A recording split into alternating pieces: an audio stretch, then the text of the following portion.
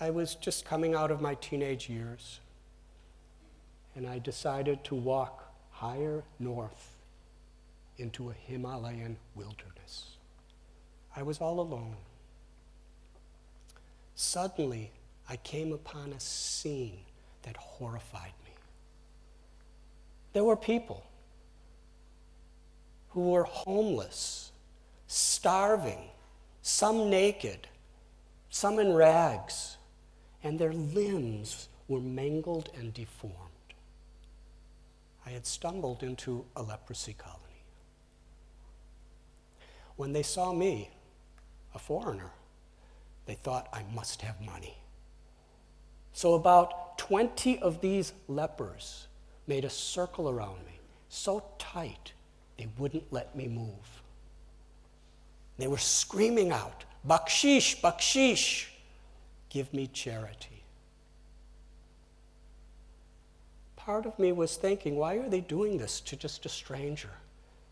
And another part of me was thinking, they are so destitute and so completely forgotten by society. They have a right to do whatever they want to do. I think it was about 20 minutes that they harassed me. And finally, when they knew I had nothing to give, they let me go. As I walked, a few steps only, I saw to my side, a short distance away, an old leper woman. She was laying in rags. Her nose was melted into a hole in her decaying flesh. Our eyes met. She looked at me with a sad smile. She understood my anguish. At that moment, she conveyed to me, wordlessly, the tender love of a mother. Her look said that she wanted nothing from me, but she understood how devastated I was by the shocking encounter with her people. Then she held out her fingerless hand to bless me. Moved by her motherly affection, I approached her and fell on my knees, and she put her hand on top of my head and whispered, "May God bless you, my child. May God bless you, my child." I looked up at her. Her face was lit up with joy.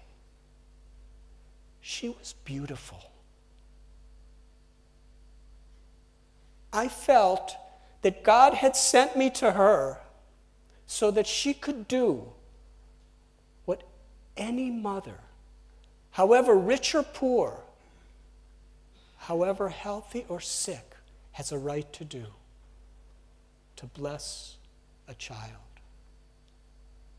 I wept. Later that day, I was sitting on the bank of the river Ganges, and I was thinking that that poor leper woman who had such an appalling disease, like the river, beneath the surface, there was so much more. It seemed to me that all she really wanted is to love and be loved. She wasn't cursing God for her misfortune.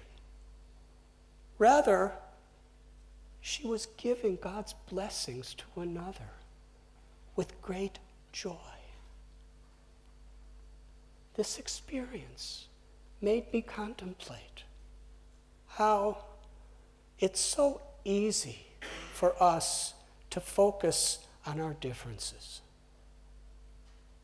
But what this leper woman taught me is if we look deeper into our own selves, into the world, and into others, we will find that beyond the differences in nationality, in religion, in gender, in appearance, in race, in health or disease, there's something essential that we all have in common.